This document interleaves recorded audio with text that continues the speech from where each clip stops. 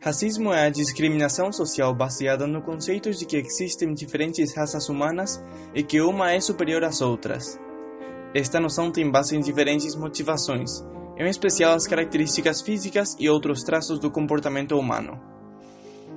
Consiste em uma atitude depreciativa e discriminatória não baseada em critérios científicos em relação a algum grupo social ou étnico. O preconceito racial está relacionado com conceitos como homofobia, xenofobia, bullying racista, entre outros muito debatidos na atualidade. Neste vídeo abordaremos o tema desde o contexto histórico do racismo até a situação presente nos dias de hoje. Também tentaremos formular uma proposta de solução para esse problema existente há tanto tempo na humanidade. Os casos de racismo remetem a tempos distantes, como por exemplo, nos tempos relatados em alguns livros da Bíblia. Na antiguidade, entre os diversos povos, as relações eram sempre de vencedor e cativo. Estas existiam independentemente da raça, pois muitas vezes povos de mesma matriz racial guerreavam entre si e o perdedor passava a ser cativo do vencedor. Neste caso, o racismo se aproximava de xenofobia. Por muito tempo, o racismo permaneceu de uma forma mais xenofóbica do que racial propriamente dita, permanecendo latente até a época da expansão nas nações europeias. Com o avançar das conquistas territoriais e culturais dos povos europeus, ainda na Idade Média não havia necessariamente o racismo da forma como manifestado futuramente, o que era o sentimento de superioridade xenofóbico de origem religiosa. Isto ocorria devido ao poder político da Igreja cristã que justificava a submissão de povos conquistados de forma a incorporá-los à cristandade. Porém, aqueles que não se submetem era aplicado o genocídio, que gerava sentimentos racistas por parte dos vencedores e dos submetidos. À medida que a tecnologia foi avançando, a Europa iniciou sua caminhada em direção à conquista econômica e tecnológica sobre o mundo. Começaram então a surgir ideologias, justificando o racismo e o domínio da Europa sobre as demais religiões. Entre essas novas ideias estavam aquelas doutrinas que alegavam existir na Europa uma raça superior. Segundo consta, aquela raça era destinada por Deus e pela história a comandar o mundo e dominar as raças que não eram europeias, consideradas inferiores. Quando ocorreram os primeiros contatos entre os conquistadores portugueses e africanos? No século XV.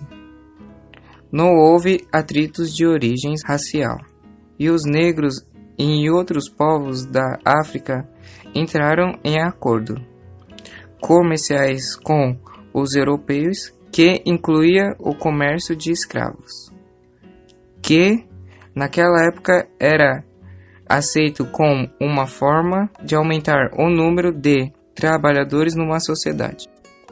No Brasil, os negros foram trazidos para serem escravos no engenhos de cana-de-açúcar. Devido às dificuldades da escravização dos ameríndios, os primeiros habitantes brasileiros do qual se tem relato. O convívio com as doenças dos brancos e de seus animais, por terem contatos há séculos com os povos brancos e com os animais por eles domesticados, juntamente com a motivação financeira decorrentes do fato do tráfico negreiro ter sido a maior fonte de renda do período colonial, foram usados como justificativas para a escravização negra.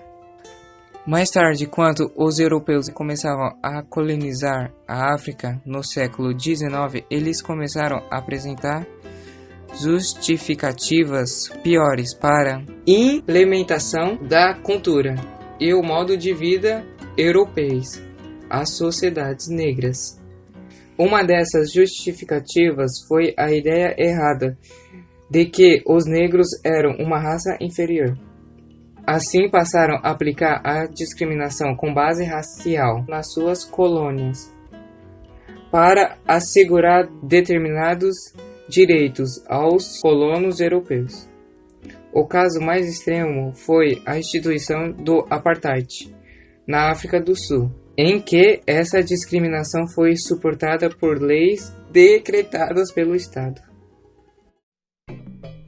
O termo apartheid se refere a uma política racial implantada na África do Sul. De acordo com esse regime, a minoria branca, os únicos com direito a voto, detinha todo o poder político e econômico no país, enquanto a imensa maioria negra restava a obrigação de obedecer rigorosamente à legislação separatista. A política de segregação racial foi oficializada em 1948 com a chegada do novo Partido Nacional, NNP, ao poder. O apartheid não permitia o acesso dos negros às urnas e os proibia de adquirir terras na maior parte do país, obrigando-os a viver em zonas residenciais segregadas, uma espécie de confinamento geográfico. Casamentos e relações sexuais entre pessoas de diferentes etnias também eram proibidos. A oposição do apartheid teve início de forma mais intensa na década de 1950, quando o Congresso Nacional Africano, CNA, organização negra criada em 1912, lançou uma desobediência civil. Em 1960, a polícia matou 67 negros que participavam de uma manifestação. O massacre de Sharpeville, como ficou conhecido, provocou protestos em diversas partes do mundo. Como consequência, a CNA foi declarada ilegal e seu líder Nelson Mandela foi preso em 1962 e condenado à prisão perpétua.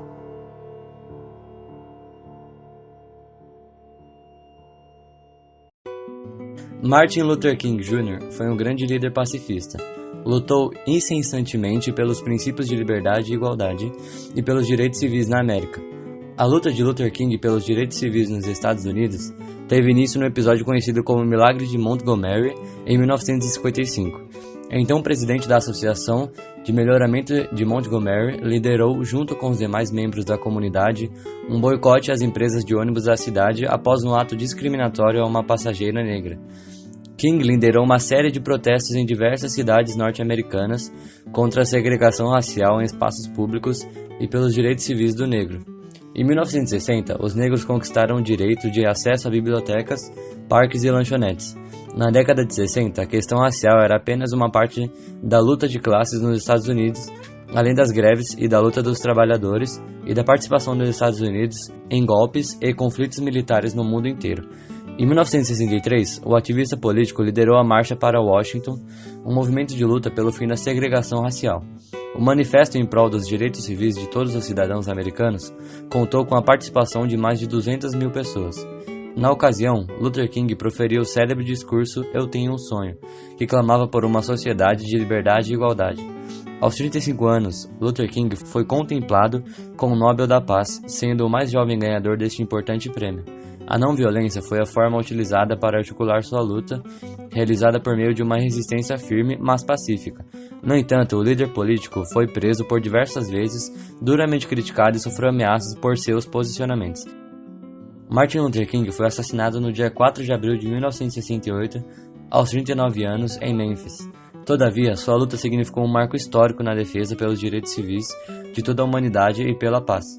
Seu legado influenciou o fim do apartheid na África do Sul e permitiu que o mundo assistisse, na primeira década do século XXI, à ascensão do primeiro presidente negro dos Estados Unidos da América, Barack Obama. Com o fim do Império Português na África e a queda do governo de minoria branca na Rodésia, atual Zimbábue, o domínio branco na África do Sul entrou em crise. Esses fatos intensificaram as manifestações populares contra o apartheid.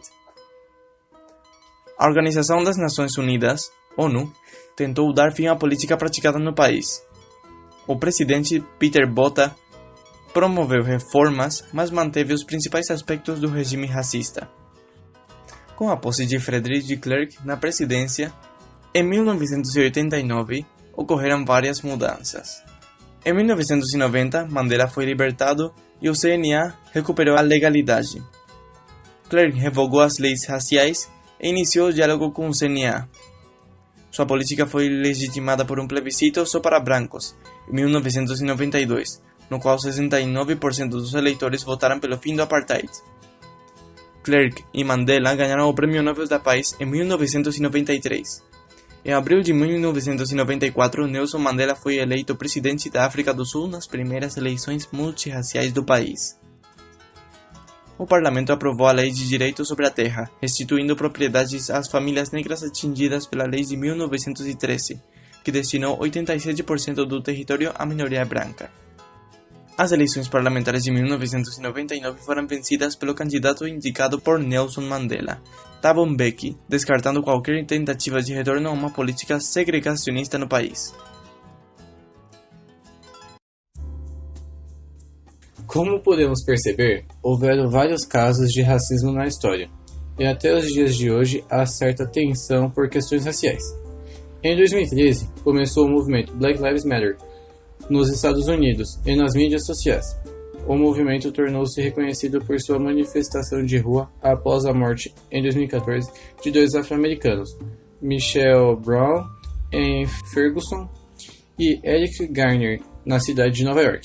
Desde os protestos de Ferguson, os participantes do movimento têm se manifestado contra a morte de numerosos outros afro-americanos por ações policiais. O movimento, no geral, entretanto, é uma rede descentralizada e não tem nenhuma hierarquia ou estrutura formal.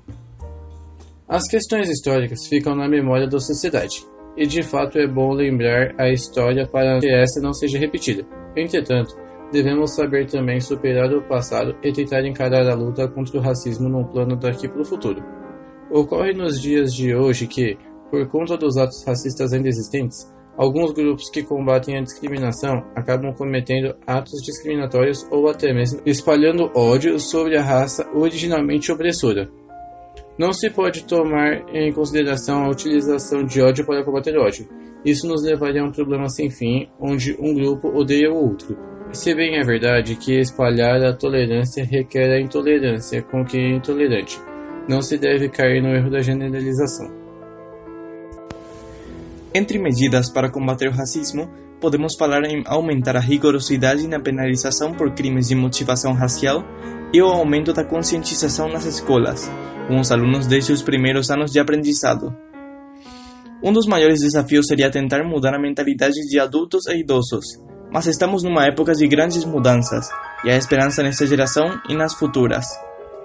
Nossos tempos são muito menos tradicionalistas e, portanto, temos a possibilidade de mudar a mentalidade da sociedade que serão os adultos do futuro.